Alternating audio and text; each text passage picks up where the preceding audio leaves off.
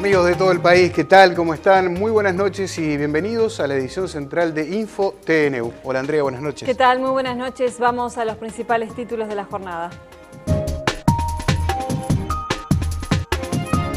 La Cámara de Diputados trata a esta hora el proyecto de ley sobre minería de gran porte que será aprobado con los votos del oficialismo.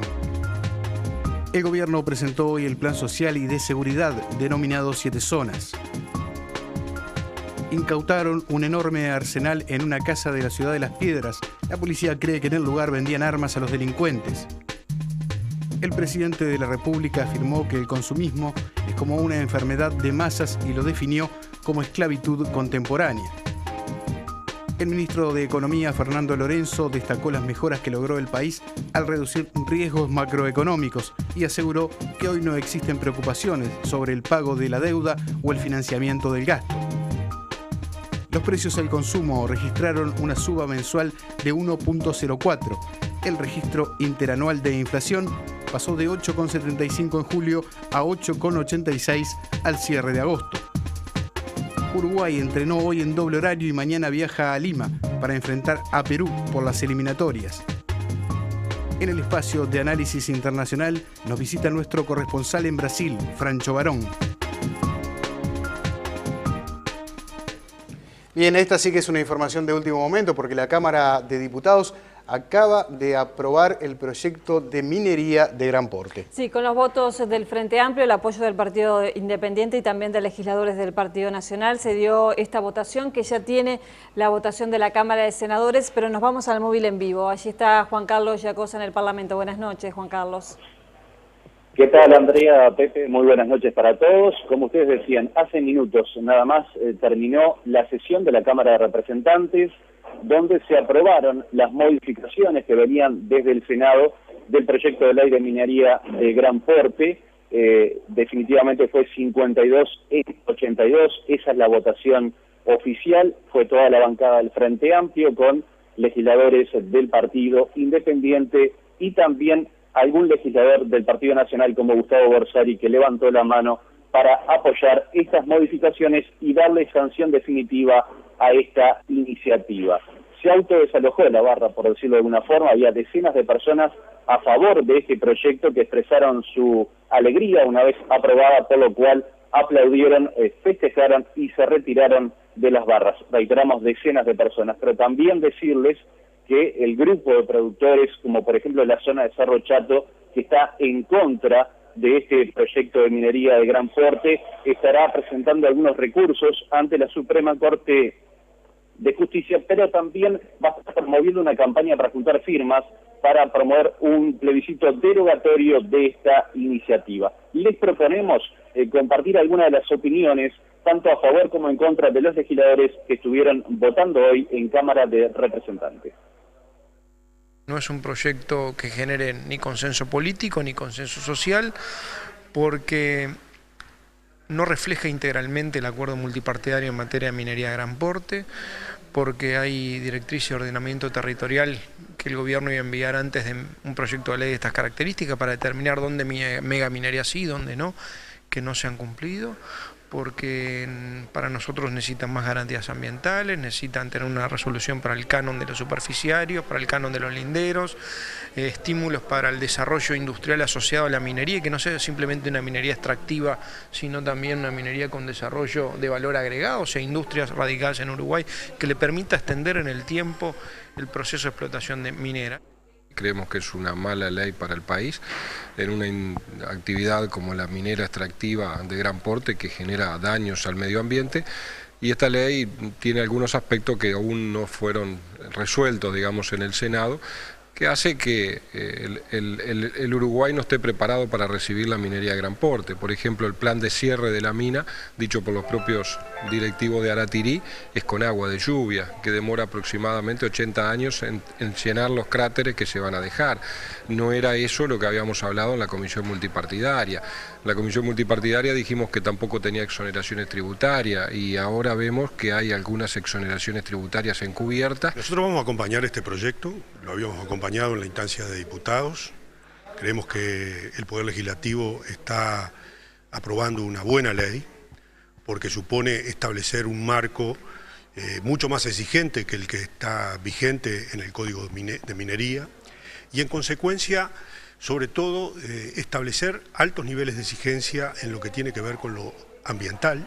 Hay que recordar que esta ley establece el plan de cierre de minas, obligatoriamente como uno de los cambios fundamentales que tiene la legislación a este respecto. No entendemos, más allá de las razones electorales que tengan los partidos para definirse en contra de este proyecto que, reitero, había sido acordado punto a punto en ese acuerdo multipartidario y que este proyecto de ley respeta y amplía, dando todavía mayores garantías y previendo fundamentalmente, y esta es la gran oportunidad histórica que tiene el país, de cambiar un activo en recursos naturales agotables, pero que no se explotan, que están debajo de la tierra y no se explotan, por activos que las futuras generaciones podrán tener a su disposición para mejorar la calidad de vida de toda la gente. Bien, Pepe, Andrea, ahí tenían entonces las diversas posiciones en contra y a favor de esta iniciativa. Solo resta agregar que el presidente de la República lo va a promulgar cuanto antes esta normativa para que en el mes de septiembre-octubre del año entrante se pueda estar autorizando la primera exportación de hierro. Esa es la intención del Ejecutivo. Hoy estuvo presente en la votación el ministro de Industria y Energía, Roberto Kramerman, nota que vamos a estar compartiendo en nuestra edición de cierre de jornada. Juan Carlos, muchas gracias por el informe. Hasta luego. Bien, inmediatamente luego de aprobado en el Parlamento la ley de megaminería, el Movimiento por un Uruguay Sustentable propuso una consulta popular para derogar la ley. Nosotros lo que hemos bregado es porque se consulte a la ciudadanía.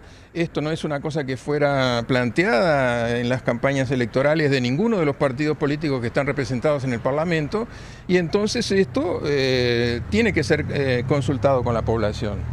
Esta es la postura nuestra y nosotros vamos a seguir en esa dirección. Hay movilizaciones en los departamentos, en el departamento de Tacuarembó, 33, La Valleja y Rivera, que están recogiendo firmas para que se hagan plebiscitos para decidir si se quiere o no megaminería en el país. Aquí esta ley da una serie de beneficios extraordinarios a una empresa extranjera que no se le dan a otras empresas dentro del país. Creemos que se puede hacer algo más chico, acorde al tamaño del Uruguay, y una explotación que deje valor en el Uruguay, no esto que de vuelta se basa nada más que en sacar un material, extraerlo y llevárselo en bruto hacia el exterior, a la China o a India, y terminar nosotros con todos los perjuicios de los cráteres abiertos, el perjuicio ambiental, los productores y pobladores. Un canon que el Estado cobre. Sí, en la nueva ley propone el famoso 50-50. ¿Cuál es el problema? Que estas empresas son expertas en pagar menos impuestos. Fue presentado hoy el Plan 7 Zonas, que presenta e incluye una serie de iniciativas a nivel social y operativos de seguridad en barrios de Montevideo y Canelones. El Plan 7 Zonas se desarrolla en 4 barrios de Montevideo: Marconi, Chacarita de los Padres, La Cantera del Zorro y el barrio Ituzaingó. 2 barrios de Las Piedras, Obelisco y Vista Linda, y en la frontera entre Montevideo y Canelones, la localidad de Barros Blancos. Incluye la coordinación de varias áreas del Estado y es considerado como ambicioso. En él participan ministerios, empresas públicas y la Presidencia de la República. El acto de lanzamiento contó con la presencia del presidente José Mujica, que sigue muy de cerca este plan. El ministro Danilo Lesker fue el encargado de explicar sus principales características. Es una batería de instrumentos de política social fundamentalmente orientadas a infancia y adolescencia y familia, que se multiplican respecto a las que ya existían en la zona. En segundo lugar, que es básicamente lo que se firmó hoy, una serie de acuerdos con UTE, con el Ministerio de Vivienda,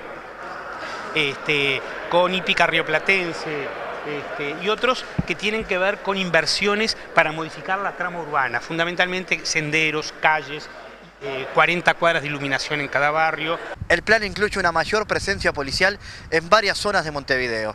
Desde el Ministerio del Interior se aclara que no se trata de un operativo de saturación. Ya lo planificamos el año pasado, lo planteamos el año pasado, dijimos que ese tipo de procedimientos podía seguir haciéndose, pero que en conjunto tenían que combinarse con otras cosas. y bueno, en este caso se está combinando con las políticas sociales. La prevención del consumo de drogas será una de las prioridades del trabajo policial. En estos barrios es un problema y en otros barrios también es un problema. O sea, no es que se trabaje solamente en estos barrios con ese tema. Ese es un tema general de la policía. El gobierno espera obtener mayor financiamiento a mediano plazo y que este plan sirva de modelo para su continuación en futuros gobiernos. Y el ministro del Interior defendió el trabajo preventivo que realiza la policía durante manifestaciones y marchas. Eduardo Bonomi sostuvo que no se ha infiltrado policías entre los manifestantes. El ministro sostuvo que ante indicios de posibles disturbios, la policía reacciona preventivamente. Eso ocurrió con algunas personas que habían actuado en la marcha del 14 de agosto. Y se los detuvo en averiguaciones. ¿Qué dio la averiguación? Que tenían piñas americanas, cachiporra, gas pimienta, máscara de gas, disparadores de cohetes, bombas de pintura. Entonces lo detuvieron. No fue que hubiera orden de detención. Tras los incidentes del 24 de agosto, estuvieron en averiguaciones 2 personas, hasta que el juez los liberó. Acá se dice por la prensa, pero no hay denuncia en el ministerio, que hubo amenaza de tortura. Desde el momento que existe eso en la prensa, se pide una investigación que todavía está en curso. Pero no hubo denuncias al ministerio. Nadie denunció al ministerio formalmente. Para el jerarca, esto no es infiltrar una marcha, que fue la crítica surgida desde algunos sectores de la izquierda. Que no se infiltró ninguna marcha, esto pasó antes de la marcha. Para la Junta Nacional de Drogas, el Parlamento debería aprobar la regulación del consumo de alcohol durante la actual legislatura. El secretario del organismo, Julio Calzada, lo consideró prioritario en el marco de las políticas que lleva el gobierno en materia de prevención de abuso de drogas. Según Calzada, el proyecto de ley es tomado de forma positiva por la población, aunque cuando se habla de regular la distribución y el expendio de las bebidas alcohólicas, algunos sectores empresariales manifiestan reticencia. Han manifestado preocupación. Yo creo que lo que hay que hacer en relación a esto es generar consensos. No es una ley hecha contra la industria, no es una ley hecha contra el comercio, es una ley que está pensada y redactada a favor de la salud de la población. Y tenemos que medir los costos que puede tener una iniciativa en esos términos. Las declaraciones fueron efectuadas en el marco de la presentación de una actividad de la empresa Cava, compañía ANCAP de bebidas y alcoholes, para aumentar la percepción que tienen los jóvenes del riesgo del consumo abusivo de alcohol. La actividad se trata de un juicio, es decir, los chicos tienen que discutir el caso y tienen que actuarlo. Uno hace de padre, otro de madre, otro hace de almacenero, otro hace del novio de la chica, otro hace del amigo, en fin, se genera toda una situación que se actúa y luego uno de los chicos tiene que ser de abogado, otro de fiscal y los chicos también tienen que ser de jurado. Y el jurado tiene que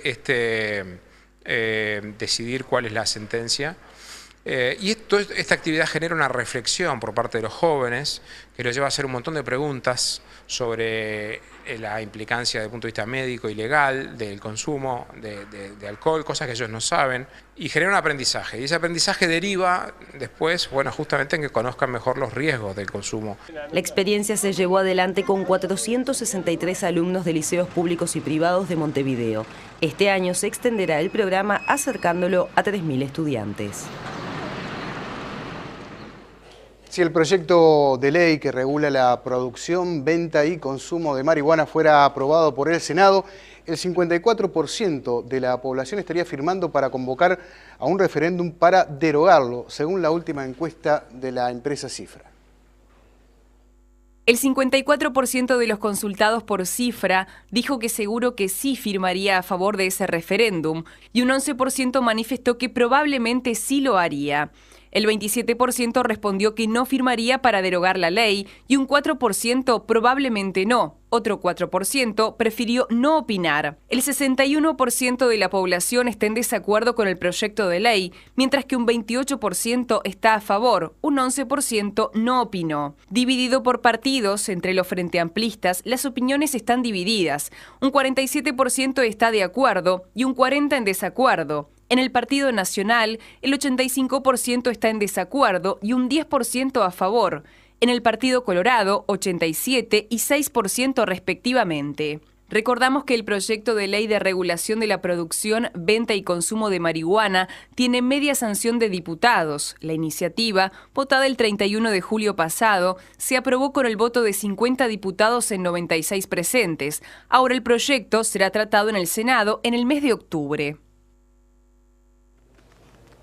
El ministro de Economía, Fernando Lorenzo, afirmó que los mercados financieros han ingresado en un periodo de enorme volatilidad a raíz de la intención de la Reserva Federal de Estados Unidos de comenzar a recortar los estímulos a la economía de ese país.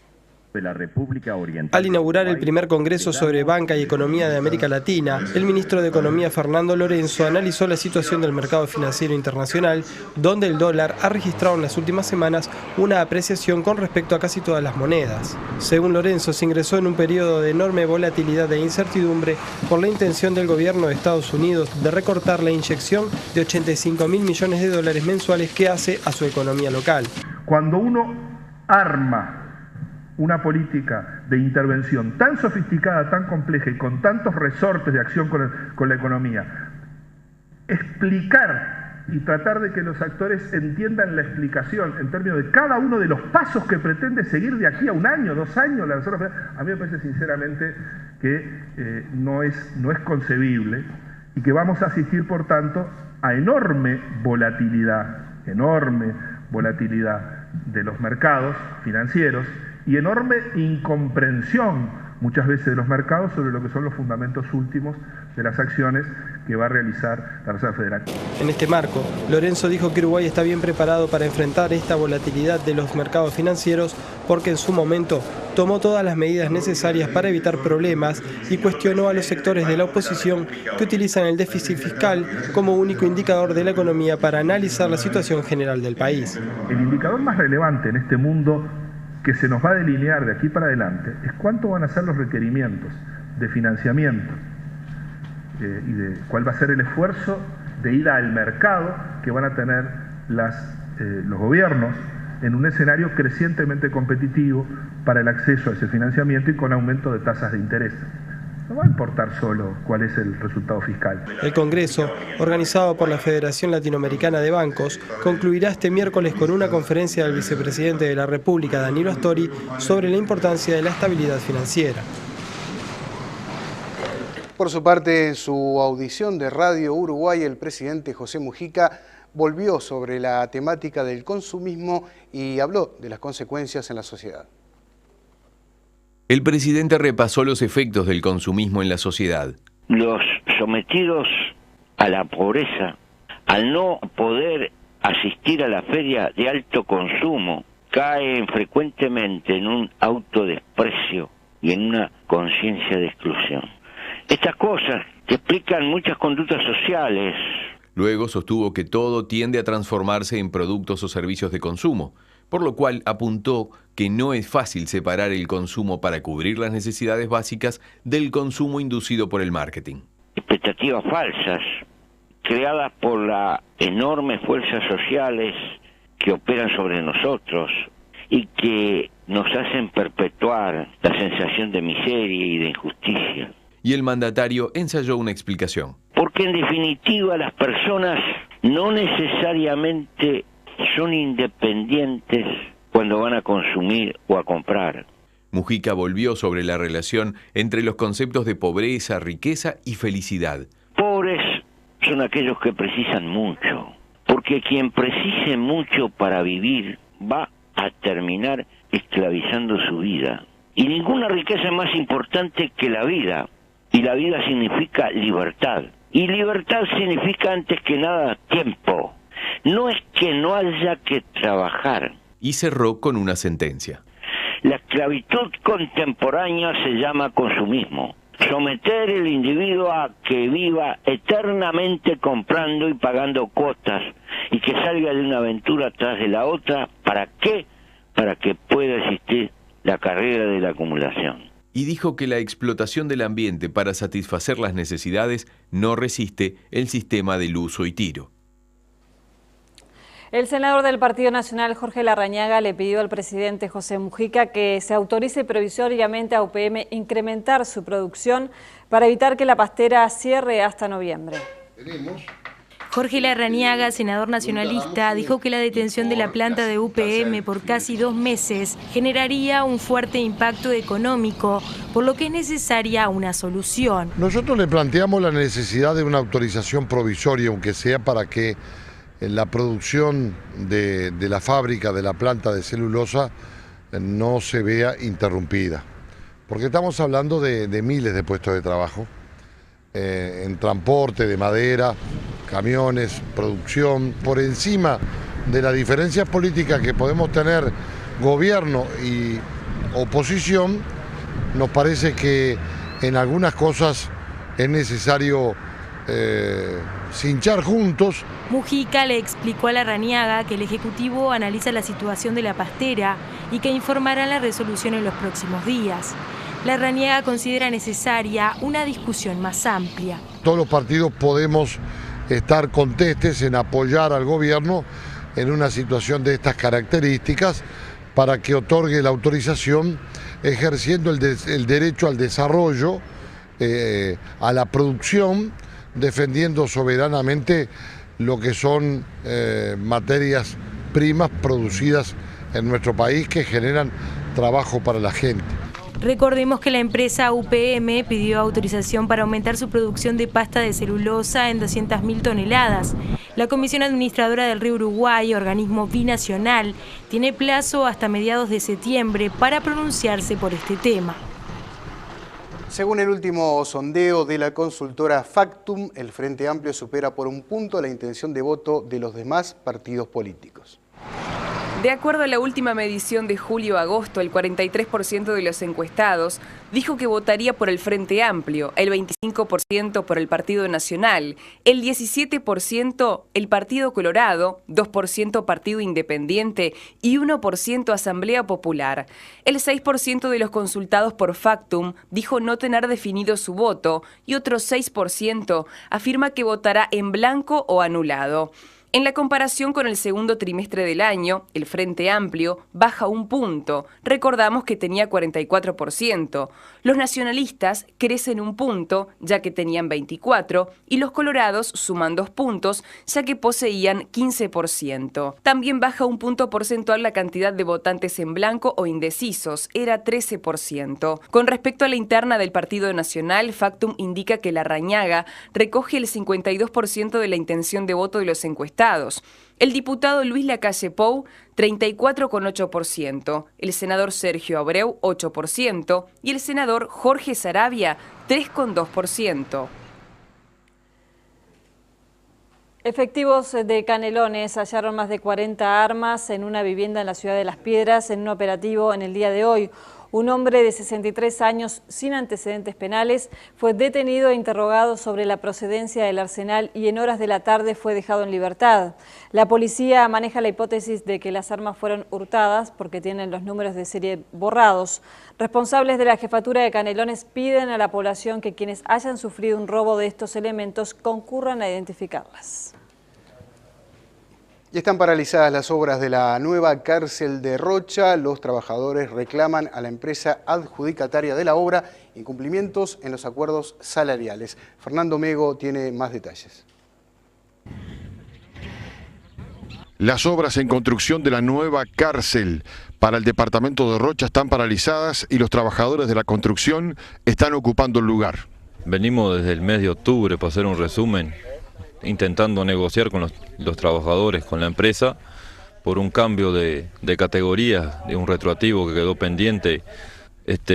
La empresa no reconoce deudas de ningún tipo, que tiene varias deudas con los trabajadores, por ejemplo, el cambio de categoría, viático, pasajes, actividades sindicales, en el caso fueros sindicales y idas a negociación a Dinatra, que hemos estado intentando negociar desde el mes de abril, fines de marzo, principio de abril, yendo a Dinatra con 11 negociaciones. Desde el Zunca se informa que están agotadas las negociaciones porque la empresa que ha ganado la licitación no cumple y no ha cumplido con los pactos realizados con los trabajadores. Un pago del Ministerio del Interior por 85% de la obra y la empresa no quiere, aparentemente no. Como no ha cumplido con los plazos, con la etapa de obra que menciona, quiere hacerle cargo a los trabajadores de esa situación. Nos parece lamentable porque en 7, 8 meses de negociación no pudimos resolver un tema de una deuda que es relativamente menor, pero es una deuda con los trabajadores que se agranda por el tiempo que pasa. Las obras que fueron presentadas y que debieron terminarse en el mes de agosto de este año están, según los trabajadores, al 60%, 65% como máximo. Desde Rocha, Fernando Mego, Info TNU. Un paro nacional en la construcción está previsto para el día de mañana debido al fallecimiento de un obrero en la ciudad de Trinidad, en el departamento de Flores. El trabajador tenía 31 años y realizaba tareas para una empresa contratada por la intendencia de ese departamento. Desde el Zunca reclaman una pronta aprobación del Parlamento de la Ley de Responsabilidad Penal del Empleador. La Federación de Funcionarios de Salud Pública denunció públicamente un accidente laboral ocurrido en el Hospital Vilar de Bo. Según los trabajadores, informan que una funcionaria resultó con traumatismo de cráneo cuando cayó sobre ella una estantería. En cuanto al conflicto, la Federación tenía previsto reunirse ayer con el Poder Ejecutivo, pero el encuentro fue suspendido ya que no hubo Consejo de Ministros y el tema no fue tratado. El sindicato resolvió dar plazo a las autoridades hasta el próximo 10 de septiembre. Si en esa fecha no se alcanza un acuerdo, van a iniciar un paro por tiempo indeterminado. En Durazno, el Plan Juntos efectuó una jornada solidaria para impulsar la construcción de 16 viviendas para familias de escasos recursos, 13 de las cuales tienen a mujeres como jefas de hogar. El informe es de Roberto Vasconcellos. En Durazno, donde el Plan Junto construye viviendas, se realizó la primera jornada solidaria con voluntarios de diferentes organizaciones sociales. Que no solo es acá en la obra, digamos, sino también en el barrio. Estamos haciendo una limpieza de un predio y acondicionando un salón comunal. Las viviendas de 2 y 4 dormitorios beneficiarán a 16 familias, quienes participan activamente en la construcción. Y tener la posibilidad, de hacer el techito de uno, es muy importante, y lo hace con muchas ganas. El Zunca se sumó a la jornada ofreciendo mano de obra especializada. Todos los sábados vamos a estar con distintos compañeros viniendo a la obra a colaborar. El Plan Juntos no es solamente la construcción de viviendas, sino también el trabajo de integración de las 350 familias que viven en este barrio de la ciudad de Durazno. Esto es un barrio que está en pleno crecimiento, con la construcción de una escuela, viene un CAIF, hay aulas comunitarias, ONG que están trabajando en ella, la creación de un gimnasio multipropósito en las inmediaciones.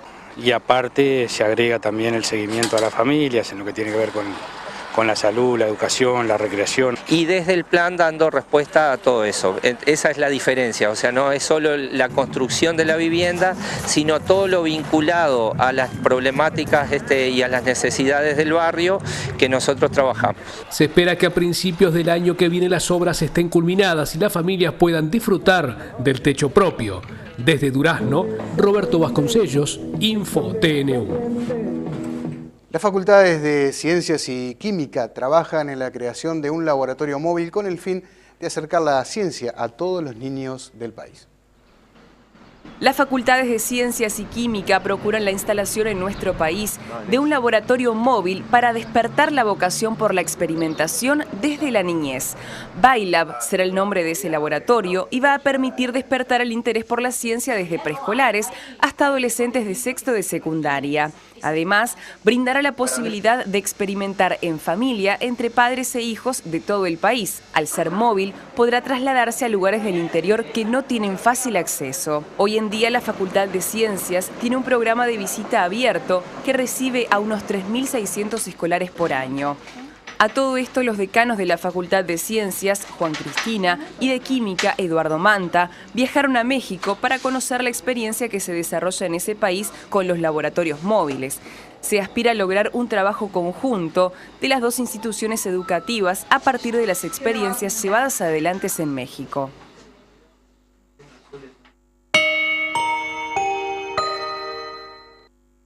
La inflación de agosto fue de 1,04%. En lo que va de este año, el índice de precios al consumo mostró un acumulado de 6,74%.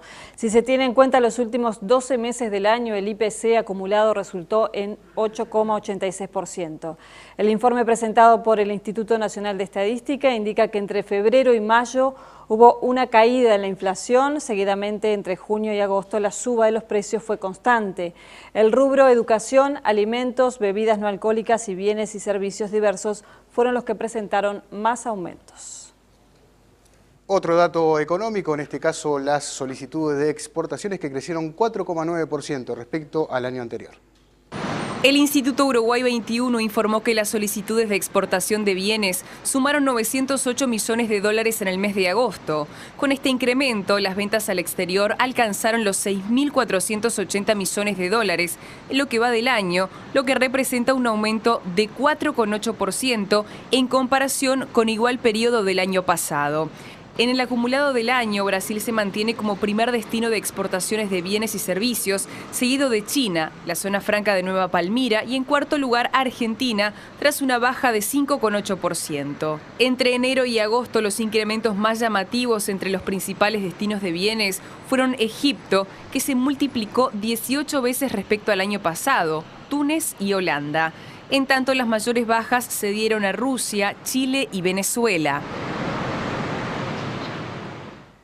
Las exportaciones de madera en bruto alcanzaron los 223 millones de dólares en los primeros 8 meses del 2013, lo que representó un incremento de 9,4% respecto a igual periodo del año anterior. El principal destino fue la zona franca Fray Bentos, donde se ubica la planta UPM. Asimismo, ya se han exportado más de 95.000 toneladas de madera a la zona franca Punta Pereira, donde está ubicada Montes del Plata. La información económica la aporta el Instituto Uruguay 21. Vemos ahora la cotización de las monedas.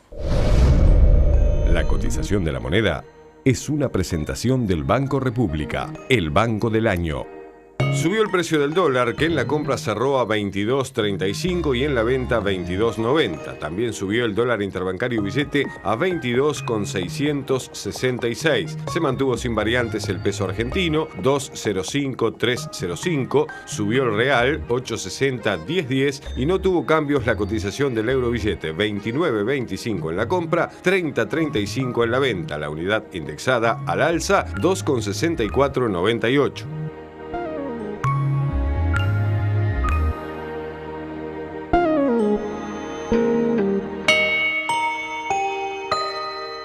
Este programa es presentado por Antel. Compra tus entradas para espectáculos en ticantel.com.uy. Antel, avanzamos juntos.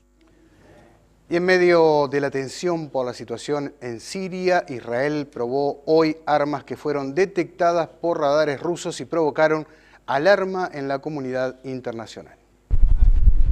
Rusia elevó el nivel de alarma este martes tras detectar el lanzamiento de 2 objetos balísticos en el mar Mediterráneo, pero Israel dijo más tarde que había llevado a cabo una prueba de misiles conjunta con Estados Unidos. Las primeras noticias de las agencias rusas sobre el lanzamiento alteraron los mercados financieros, dado que Estados Unidos ha estado preparando una posible ofensiva militar después del supuesto ataque con armas químicas realizado por el gobierno sirio en su guerra con los rebeldes. Pero el Ministerio de Defensa israelí dijo que había probado un misil usado como blanco para un sistema antimisiles financiado por Estados Unidos, casi al mismo tiempo que el radar ruso detectó el lanzamiento.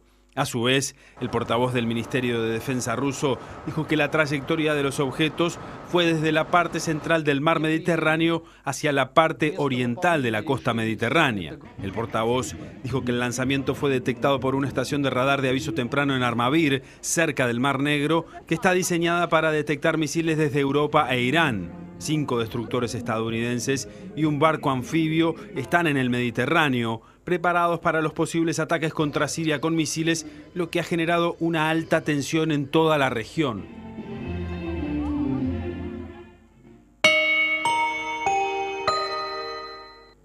Buenas noches para todos. Semana de eliminatoria, ¿no? El viernes juega Uruguay, un partido muy importante en Lima frente a Perú. Ya se empieza a especular sobre el equipo, ya se empieza a escuchar en la calle sobre el tema, ¿no? Hablar a la gente sobre el tema Uruguay, lo importante que es para el Uruguay que la selección juegue y que la selección clasifique al Mundial. Va a jugar en Perú, más allá del equipo que ponga en cancha, que uno especula si van a estar los tres, Forlán, Suárez y Cavani en ofensiva, y parece que sí, pero es un lugar en donde la selección uruguaya ha ganado. Lo hizo en las eliminatorias para el 2002, con goles de Recoba y con Darío Silva. Lo hizo también con Tavares como técnico en el 89, con goles de Rubén Sosa y de Antonio Alzamendi. Será otra vez que la selección uruguaya podrá ganar y conseguir esa chance para ir, ese quinto lugar, ¿no?, que es el que Uruguay siempre obtiene y pelea en las eliminatorias. Vamos a escuchar primero a Edinson Cavani. Esperemos poder confirmarlo ahora en estos próximos partidos, que bueno, que aquello fue solo un momento. Pero bueno, está demostrarlo ahora, en lo que viene, que para nosotros son finales, como en aquel momento se decía de que Uruguay estaba pasando por un momento muy, muy difícil, muy crítico, muy comprometido, y bueno, y con algún resultado más o menos las cosas se encaminaron. La selección sigue exigiéndose la cabeza y poniendo el juego al límite. El grupo sabe que todas son finales. Para nosotros son todas iguales, todos los partidos eliminatorios son importantes, para nosotros son todos, la verdad, que decisivos y son todos finales, y más aún ahora en la posición que estamos y en la situación que estamos. Cavani le sacó una mochila pesada a la espalda celeste con su gol en Puerto Ordaz ante Venezuela. Pero eso ya fue y ahora hay que volver a ganar. Vamos a querer sacar la mayor cantidad de puntos y para nosotros la mayor cantidad de puntos es ganar los 2 partidos. No me gusta hablar de cuál puede ser más fácil o cuál puede ser más accesible o cuál puede ser, digamos, el decisivo. Cavani es el ejemplo del sacrificio y el cuerpo a disposición de la selección. Juega donde lo pongan, aunque sabe cuál es su mejor lugar en la cancha. Seguramente como delantero, como 9, es la posición que me siento más cómodo y la posición, digamos, que me gusta jugar. Pero después puedo decir también que estoy dispuesto siempre a ocupar el rol que tenga que ocupar. A Tavares siempre le gusta hablar de realidad, ¿no? Y nosotros, sin ser pesimistas ni negativos, hablamos de ese quinto puesto, que parece ser de Uruguay, porque en el 2002 fue de Uruguay, también lo fue en el 2006 y también en el 2010. Porque Uruguay no gana más de 6 o 7 partidos por eliminatorias. En el 2002 ganó 7 y después siempre ganó 6 de 18 partidos disputados. Y por eso esa posibilidad que se da otra vez de pelear por el repechaje, porque los de arriba se empiezan a despegar. El pibe de la selección, el proceso del cual siempre hablamos y hacemos referencia, la oportunidad que se le dio a José María Jiménez. El fútbol y la actualidad parecen sonreírle a Jiménez. Muy contento por donde estoy, lo que estoy viviendo. Compartir el vestuario con esta clase de jugadores no se da todos los días y sinceramente lo estoy disfrutando un montón. José María ya tuvo su mano a mano con el capitán celeste Diego Lugano. Que disfrute esto, que soy chico, que si Dios quiere dentro de ese año pueda acordarme del primer contacto que tuve con los jugadores en el vestuario. Tavares buscó en su propio proceso el recambio ante la lesión de Coates. Y aunque Jiménez todavía no llega a 20 años, busca su oportunidad en la mayor. Yo soy una persona que piensa que para el fútbol no se juega con la cédula. No importa la edad. José María rinde en toda la línea final. Es zaguero de oficio, aunque en Danubio recorrió la primera como lateral. Yo vengo con una mentalidad que es poder ganarme un lugar. No vengo como se dice, de paseo o a entrenar. Yo vengo a competir. Al jugador del Atlético Madrid, el fútbol lo sorprende tan rápido que casi no hay tiempo para pensar. Gracias a Dios, en tan poco tiempo se me dieron muchas cosas que sinceramente son inesperables. Jugó una final del mundo, lo llamó Tavares para la mayor y está cerca de cumplir el sueño de jugar en el fútbol español. Lo del Atleti, sinceramente, es un paso gigante para mí. Fue un paso gigante para mí. Sabía que parte de mi sueño se estaba cumpliendo, pero que todavía no se cumplió mi sueño. Bueno, de un emocionado Jiménez decir, ¿no?, que para ese quinto lugar, para ese puesto del repechaje, Jordania o Uzbekistán serán los posibles rivales de quien consiga ese quinto lugar y que también juegan viernes y martes los partidos para ver quién logra ese boleto al repechaje. Vamos a escuchar ahora a Fernando Muslera. Creo que ahora hay mucha más expectativa, mucha más tranquilidad y con mucha más ganas creo que se va a ir a enfrentar este partido con Perú. El equipo llega con confianza. Los antecedentes inmediatos continúan respaldando el trabajo y la experiencia de enfrentar a los mejores potencia la idea. Que haber enfrentado a Brasil, haber enfrentado a Italia, a equipos muy importantes dentro de la Copa, ha ayudado para prepararse bien a las eliminatorias, que es lo que necesitamos nosotros. El remate de la eliminatoria presenta un calendario complejo para la selección. Sí, es un calendario complicado. Es un calendario complicado porque más allá que juegues de local, te enfrentás a rivales muy fuertes como son Colombia y Argentina. Mulera, como la gran mayoría, agarró el fixture e hizo cuentas.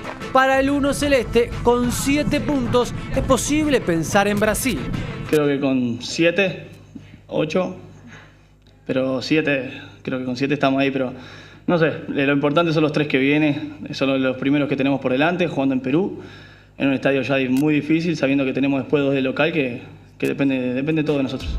Fernando respeta su puesto, no esquiva el bulto y habla de la realidad de Castillo en Peñarol. Todos lo conocemos, ya Juan no hace 2 días que está como profesional, fin de semana malo lo puede tener cualquiera, lo viví yo, lo vive todo el mundo, todos los arqueros, es un puesto complicado, siempre lo dije, donde no hay un término medio, donde la sacada del ángulo sos el uno y te cometes un error y el único que tenés atrás es la red. Creo que no hay nada para decir de lo que fue Juan. Bueno, se apagó la luz en el premundial, la verdad que nos quedamos con muchas ganas de ver a la selección uruguaya. Ayer nos frente a Brasil, la victoria de la selección de Pablo López, y hoy el partido frente a Canadá quedó para dentro de un rato. A las 23:30 vuelve a jugar la selección uruguaya y se apagó la luz para Federer también, pero en el US Open.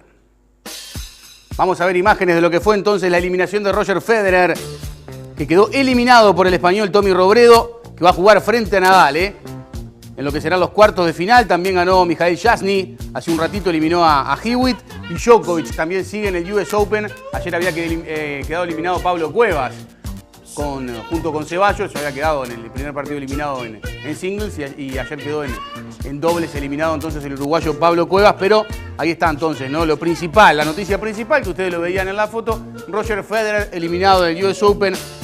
Entonces se quedará Nadal y Robredo. Españoles jugarán entre sí. Uruguay, repetimos, ¿no? Frente a Canadá hoy a las 11:30 de la noche. Waston y Welcome juegan también la primera final, hoy en un ratito en cancha de la Reborges por el Metropolitano. Volvemos a Uruguay, volvemos a las eliminatorias. Mañana a las 4 de la tarde parte la selección a Lima, la selección de Tavares, a un partido en donde ya se agotaron 35.000 entradas, ¿no? Casi todas agotadas para el partido, porque así lo vive y lo espera la gente de Perú. Perú ya trabaja con el grupo completo pensando en Uruguay.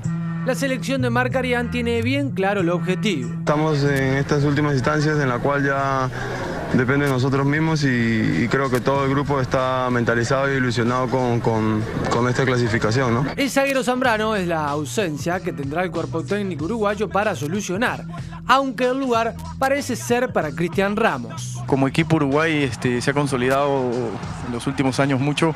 Creo que el último mundial que hicieron fue muy bueno. Estamos en casa y hay que aprovechar la condición de local. Esas ansiedades siempre se pueden vivir, y sobre todo en la tribuna, pero nosotros jugadores tenemos que mantener la tranquilidad. El entrenador uruguayo sabe que si no clasifica a Brasil, dejará de dirigir a la selección peruana. De ahora no me quiero meter a analizar una decisión que yo ya tengo muy claro, y es que no debo quedarme si el éxito deportivo no me da el poder que se necesita para hacer las reformas que el fútbol necesita. Y yo la verdad que quedarme por quedarme no tengo interés.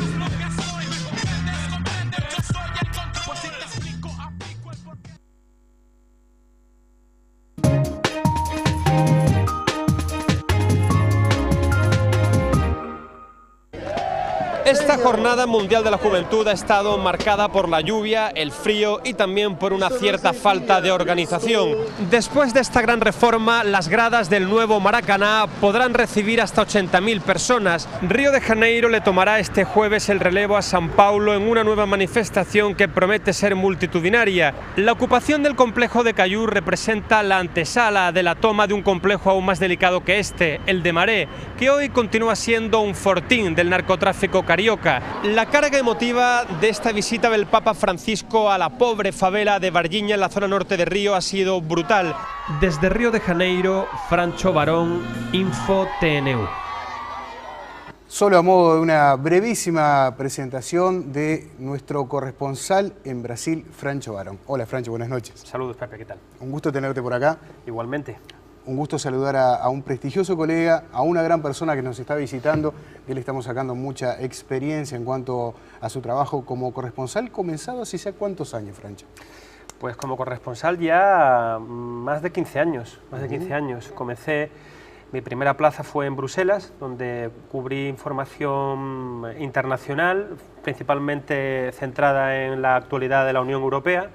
Allí pasé 7 años y después di el salto aquí a América Latina, donde con base de operaciones en Río de Janeiro he cubierto durante los últimos años pues, la actualidad de esta región, ¿no?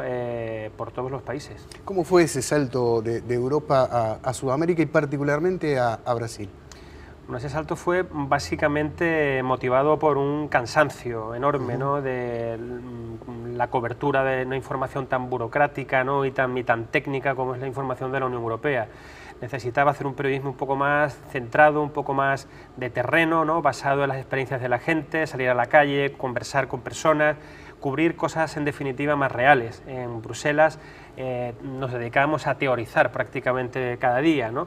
Aquí por primera vez he sentido que hago un periodismo basado en cosas reales y eso me da muchísimo placer profesional. ¿Qué le interesa al público europeo básicamente de Brasil? Bueno, al público europeo de Brasil le interesan, yo creo que muchísimas cosas en este momento, porque Brasil, como bien sabéis, es un país que ahora mismo ejerce un liderazgo regional aquí en América Latina. Es un país donde hay una serie de eventos, ¿no? En el horizonte más próximo, como la Copa del Mundo, como los Juegos Olímpicos, una recién finalizada Jornada Mundial de la Juventud, y sobre todo porque es un país que yo creo que está de moda y que cae simpático. En general, a quien no le interesa la música brasileña, a quien no le siente simpatía por su selección de fútbol, por los brasileños son ciudadanos que salen al mundo creando una empatía muy fuerte, ¿no? Entonces yo creo que todo eso genera un contexto como muy propicio para que ahora el mundo mire hacia Brasil. ¿Y cómo te llevas con el portugués? Pues me llevo muy bien. Yo antes de llegar a Brasil ya hablaba un poco de portugués. Y durante estos 7 años, obviamente, ¿no? He tenido la posibilidad de perfeccionarlo un poco. Te ha tocado cubrir en los últimos tiempos una realidad muy importante en Brasil, muy impactante también por cómo se dieron las cosas, ¿no?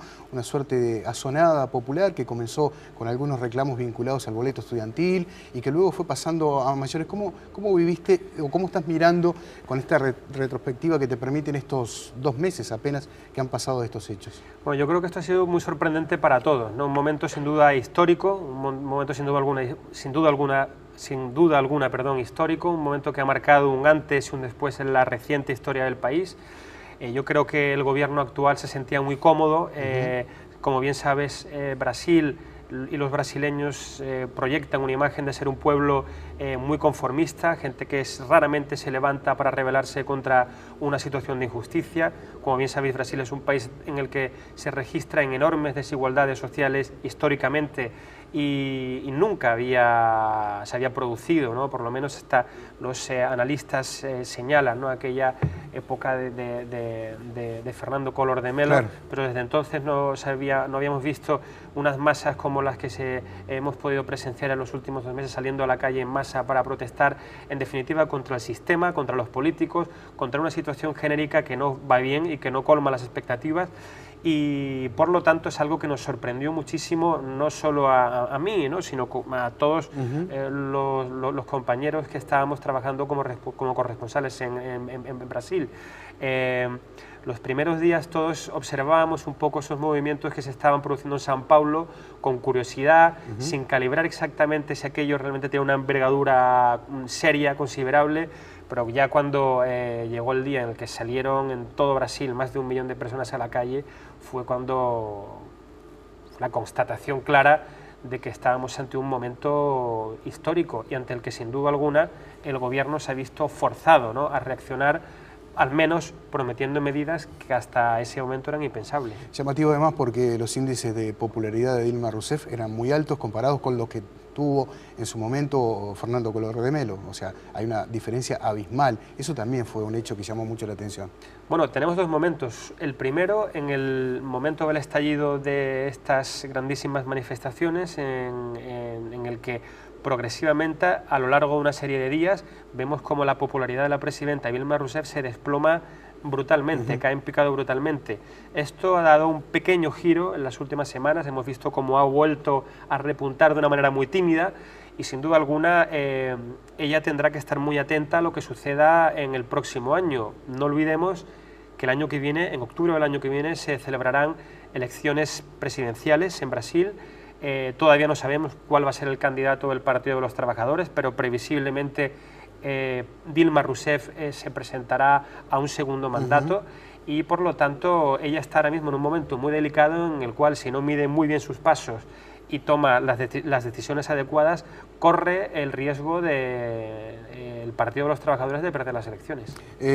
Hablando de Dilma Rousseff y también de otra de las grandes economías latinoamericanas, México, ambos presidentes han cortado muy duro, muy grueso contra el gobierno de Barack Obama por un episodio reciente que habla de espionaje del gobierno estadounidense hacia la presidenta brasileña y al presidente mexicano. Esto ha puesto inclusive en duda un acercamiento, una reunión en los próximos meses entre Dilma Rousseff y Barack Obama.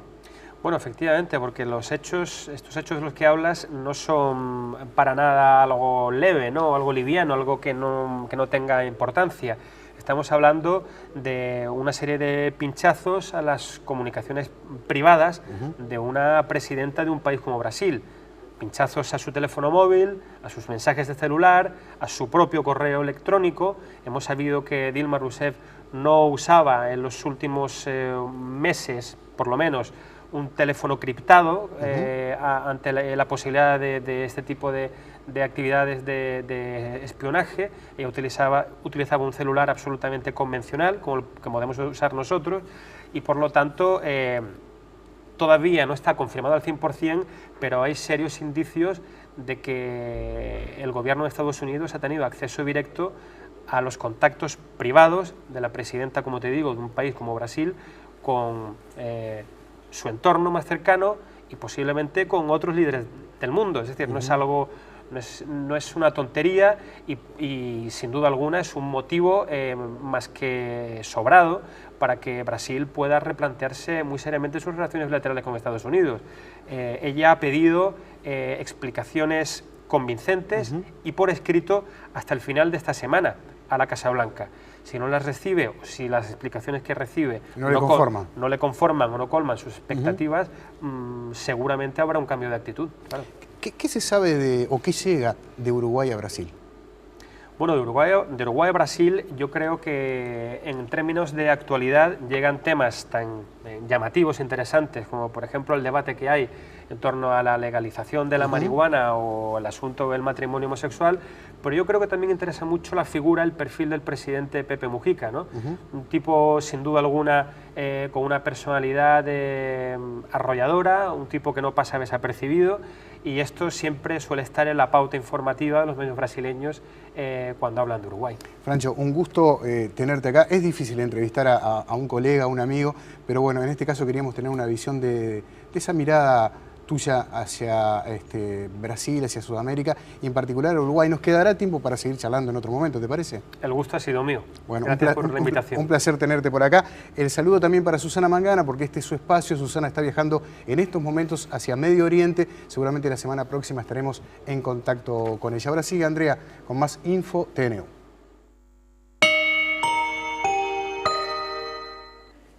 Se conocieron ayer los ganadores de los premios Graffiti a la música nacional. Garo Araqueliani y Mandrake Wolf fueron los grandes premiados de la noche.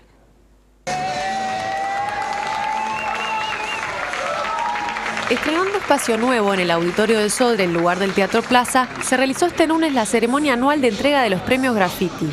En ella se conocieron los músicos uruguayos ganadores, entre aquellos que editaron discos en el año 2012 en los más variados géneros. Vas a ver que otra vez te equivocas.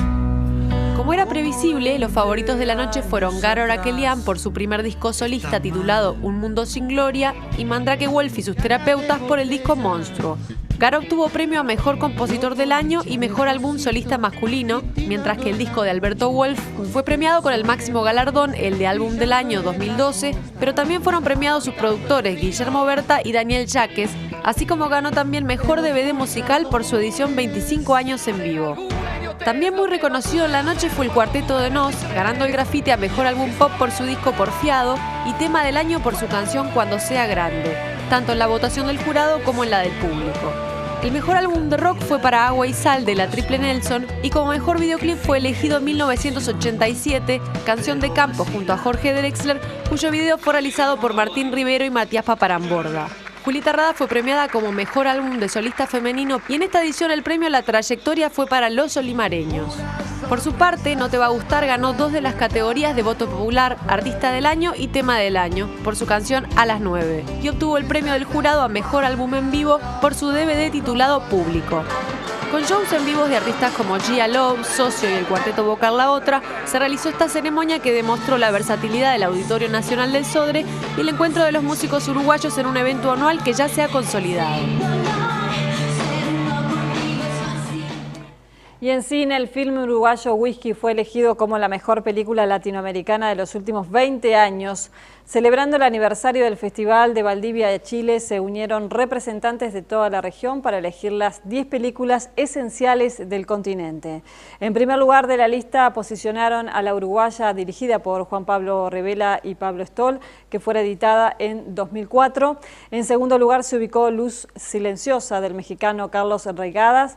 Y hubo un lugar también para las argentinas Silvia Prieto, de 1999, y La Ciénaga, de 2001. Todos estos films serán exhibidos en la celebración de los 20 años del Festival de Valdivia en el mes de octubre. Bien, y vemos ahora el pronóstico del tiempo de Nubel Cisneros. Mañana tendremos una madrugada muy fría con heladas y posterior formación de nieblas y neblinas aisladas. En la tarde los vientos del sector norte comienzan a modificar rápidamente los registros termométricos, con máximas que llegarán a los 21 grados. En tanto también se moderan las temperaturas mínimas, con registros que oscilarán entre los 6 y 8 grados. El jueves nos espera una madrugada fría, con nieblas y neblinas aisladas. En la tarde siguen predominando vientos del sector norte. Provocan rápido ascenso de temperaturas, con máximas que llegarán a los 26 grados en el norte y 25 grados en el resto del territorio. La noche continuará fría con mínimas en el entorno de los 10 grados. En capital y área metropolitana se espera una jornada fría en la mañana, templada en la tarde con cielo parcialmente nublado. En los próximos días seguirá frío fresco en la madrugada con neblinas aisladas. En la tarde las temperaturas continúan en progresivo ascenso con valores que llegarán a los 25 grados el día viernes. El sábado habrá rápido pasaje de lluvias y tormentas aisladas.